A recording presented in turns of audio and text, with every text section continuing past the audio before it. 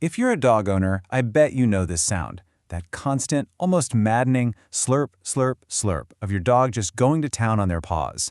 And you've probably tried everything, right? Creams, different foods, maybe even some heavy-duty meds, but it just doesn't stop. It's seriously one of the most common and frustrating things that brings people to the vet. So why? Why won't they stop licking? It feels like this impossible mystery. But what if I told you the answer isn't where you've been looking? Today, we're going to play detective and solve this thing once and for all. Okay, let's just jump right in with a bombshell.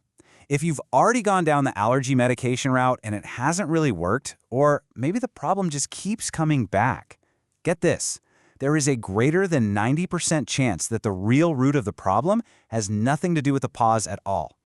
That's right. This means we have to completely change how we think about this. The paws aren't the problem, they're just the crime scene. The real investigation has to start way deeper inside the body, specifically with the gut and the liver. And this isn't just some fringe theory. Functional medicine actually has a name for this whole situation. It's called peripheral elimination disorder. Now, I know that sounds super complicated, but all it really means is that the body is struggling to get rid of its trash, so it's using an emergency exit, and that exit is at the body's edge, the paws. So how in the world does this even happen? Well, our first big clue is this really powerful idea that you need to start thinking of your dog's paws as its third kidney. It's a bit of a strange thought, but see, dogs don't have a ton of sweat glands like we do, but the ones they do have, they're packed right into their paw pads. And this pathway here shows you exactly what's going on. It all kicks off with something called a leaky gut, which lets nasty toxins sneak into the bloodstream. From there, these toxins head to the liver, which just gets totally overwhelmed. It can't process everything. So the body has to find another way out. It reroutes all that junk, including these things called porphyrins from old red blood cells, to the furthest point from the core, the paws. And then it pushes them out through those sweat glands, causing this horrible burning and itching sensation. You know that reddish-brown color you see on the fur between their toes? This explains that too. It's kind of a double whammy. Those porphyrins are coming out in the sweat, but they're also in the saliva.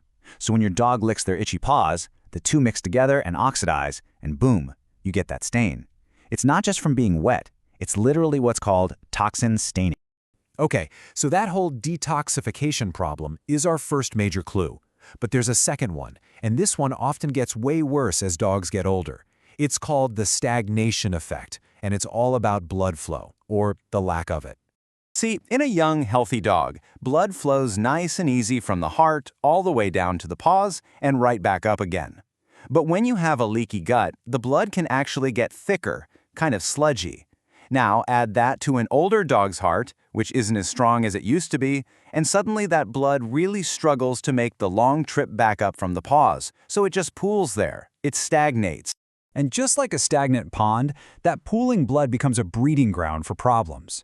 All these inflammatory things like histamine get trapped between the toes. This causes swelling, makes the paws feel constantly damp, and creates this perfect, warm, moist little cave for yeast to grow. And that is where that funky corn chip smell comes from. So this just reframes the whole thing, doesn't it? What we all thought was a skin disease, a simple yeast infection or some dermatitis, is actually a symptom of a much bigger circulatory problem that all traces back to that leaky gut. Okay, so all the clues are pointing to an internal issue. But if you have an older dog, there is one other big possibility we have to consider, and that's arthritis. So how can you tell the difference? Well, you have to ask a very specific question. Is my dog licking because of pain, or is it because of an itch? And telling them apart is actually surprisingly easy. You just have to watch where they're licking.